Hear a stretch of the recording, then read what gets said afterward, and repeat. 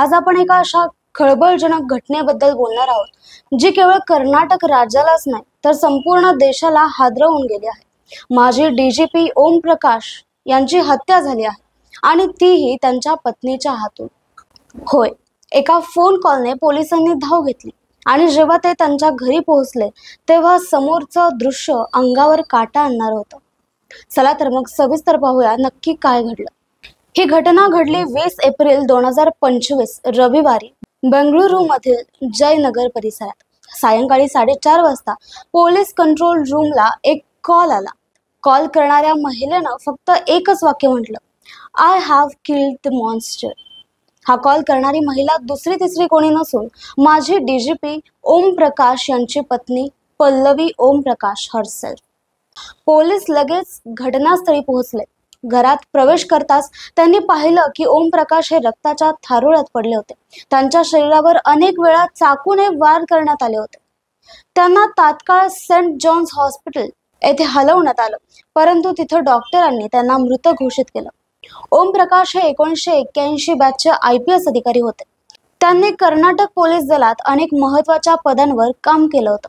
2015 साली त्यांची निवड DGP आणि IGP या सर्वोच्च पदावर झाली होती आणि त्यांनी 2017 मध्ये निवृत्ती घेतली। त्यांना एक शिस्तप्रिय, स्पष्ट वक्ते आणि निडर अधिकारी म्हणून ओळखले जायचं। त्यांच्या कार्यकाळात गुन्हेगारी विरोधी कारवाई, पोलीस सुधारणा यामध्ये त्यांचं मोठं योगदान होतं। म्हणूनच अशा व्यक्तीची घरातच हत्या होणं, तीही पत्नीच्या हातून, हे फारच धक्कादायक आहे। पोलिसांनी तात्काळ पल्लवी ओम प्रकाश यांना ताब्यात घेतलं। त्यांच्यावर सध्या IPC कलम 302 अंतर्गत खुनाचा गुन्हा दाखल करण्यात आला आहे। पल्लवी यांनी गुन्ह्याची स्वीकृती दिली असून सध्या त्यांची मानसिक अवस्था तपासली जात आहे। सूत्रांनी दिलेल्या माहितीनुसार पल्लवी यांना मागील काही वर्षांपासून मानसिक आरोग्याच्या तक्रारी होत्या। त्या उपचार घेत होत्या आणि यापूर्वी देखील घरात वाद झाले होते। त्या दोघांमध्ये अनेकदा शाब्दिक चकमकी, भांडणे होत असत। काही शेजाऱ्यांनी देखील सांगितलं की त्यांच्या घरातून हमखास ओरडण्याचे आवाज येत असत। I have killed the monster हे वाक्य काहीच धक्कादायक आहे। यामधून हे सूचित होतं की पल्लवी यांच्यासाठी ओम प्रकाश हे क्रूर, त्रासदायक व्यक्तिमत्व होतं का? काही मानसिक आरोग्य तज्ञांच्या मते अशा शब्दप्रयोगाने दीर्घकाळाचा मानसिक दबाव, भावनिक त्रास किंवा गृहकलह असू शकतो। परंतु सध्या कोणताही निष्कर्ष काढणं चुकीचं ठरेल। पोलीस यावर फॉरेन्सिक तपास, कॉल डिटेल्स, CCTV फुटेज आणि मानसिक स्थितीचा अहवाल याच्या आधारे निर्णय घेतील।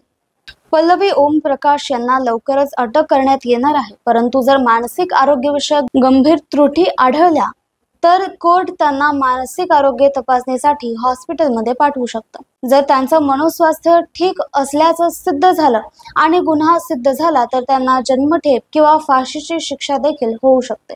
IPC 302 अंतर्गत खून हे अति गंभीर गुन्ह्यांपैकी एक मानलं जातं। ही घटना उघड होताच माध्यमांमध्ये खळबळ उडाली। बातमी सगळ्या प्रमुख चॅनलवर झळकली। सोशल मीडियावर देखील यावर विविध प्रतिक्रिया उमटत आहेत।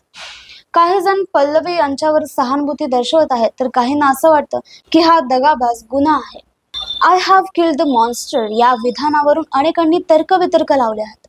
काहींना वाटतं की ती अत्याचाराच्या विळख्यात होती, तर काही म्हणतात हे सर्व केवळ मानसिक अस्थिरतेचा परिणाम आहे। कर्नाटकातील पोलीस अधिकाऱ्यांनी ओम प्रकाश यांच्या मृत्यूवर दुःख व्यक्त केलं आहे। काहींनी ट्विटर व फेसबुकवर त्यांच्यासोबतच्या आठवणी शेअर केल्या आहेत। माजी सहकाऱ्यांनी त्यांना एक सन्माननीय, निष्ठावान अधिकारी म्हणून संबोधलं आहे। ही घटना केवळ वैयक्तिक नाही तर पोलीस दलासाठीही एक काळा दिवस आहे। मित्रांनो, ही घटना आपल्या समाजाला अनेक प्रश्न विचारायला भाग पाडते। गृहकलह कुठल्या थराला जाऊ शकतो? मानसिक आरोग्याच्या समस्या वेळेवर हाताळल्या नाहीत तर त्या कसल्या गंभीर गोष्टीमध्ये रूपांतर होऊ शकतात। आणि सर्वात महत्त्वाचं म्हणजे कोणत्याही प्रतिष्ठेच्या आडून घरातील हिंसाचार लपवता येत नाही। माजी पोलीस संचालकाचा खून ही एक वास्तविकता आहे, एक शोकांतिका आहे आणि एक इशारा देखील आहे। मित्रांनो, हा व्हिडिओ तुम्हाला माहितीपूर्ण वाटला असेल तर तो लाईक आणि शेअर जरूर करा आणि अशाच प्रकारच्या गुन्हेगारी विषयांवरच्या व्हिडिओंसाठी आमच्या चॅनलला सबस्क्राईब करायला विसरू नका। पुन्हा भेटूयात एका नव्या कथेसोबत। तोपर्यंत सावध रहा, सुरक्षित रहा। धन्यवाद।